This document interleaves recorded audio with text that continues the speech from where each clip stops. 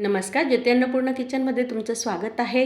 उन्हाळी वाळवणच्या रेसिपीमध्ये मला बटाट्याचे वेफर्स बनवायचे होते। त्याच्यासाठी हे मी बटाटे घेतलेले आहेत। तर बटाटा घेताना असा हा कडक आणि मोठा घ्यायचा, म्हणजे तो पांढरा निघतो, आणि जुना असला म्हणजे तो मऊ असतो आणि पिवळा देखील निघतो। आपले वर्षभराचे वाळवणीचे पदार्थ असले म्हणजे चांगलाच बटाटा पाहिजे।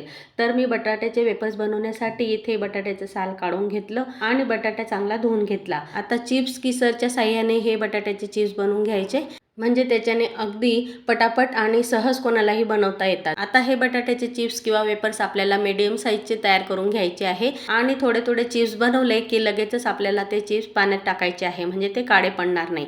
तर इथे संपूर्ण चिप्स मी बनवून घेतले, पाण्यात टाकून ठेवले होते। आता यांना 2-3 पाण्याने आपल्याला स्वच्छ धुवून घ्यायचे आहेत, कारण आपण 2-3 पाण्याने जर हे चिप्स धुतले तर त्याच्यातला जो टार्च असतो तो निघतो। आता चिप्स चांगले धुवून झाले की त्यांना रात्रभर आपल्याला पाण्यामध्ये ठेवायचे आहे। त्याच्यासाठी पाण्यामध्ये 1-1 चमचा तुरटी टाकली आणि मोकळ्या पाण्यामध्ये हे रात्रभर असे झाकून ठेवले, म्हणजे चांगले टणक होतात। तर दुसऱ्या दिवशी सकाळी मोठ्या पातेल्यामध्ये पाणी गरम करून घ्यायचं आहे। त्याच्यात चवीसाठी मीठ टाकायचं आहे आणि 1 चमचा परत तुरटी टाकायची, आणि थोडे थोडे करून असे चिप्स आपल्याला फक्त 5 ते 7 मिनिट हे चिप्स शिजवून घ्यायचे आहेत।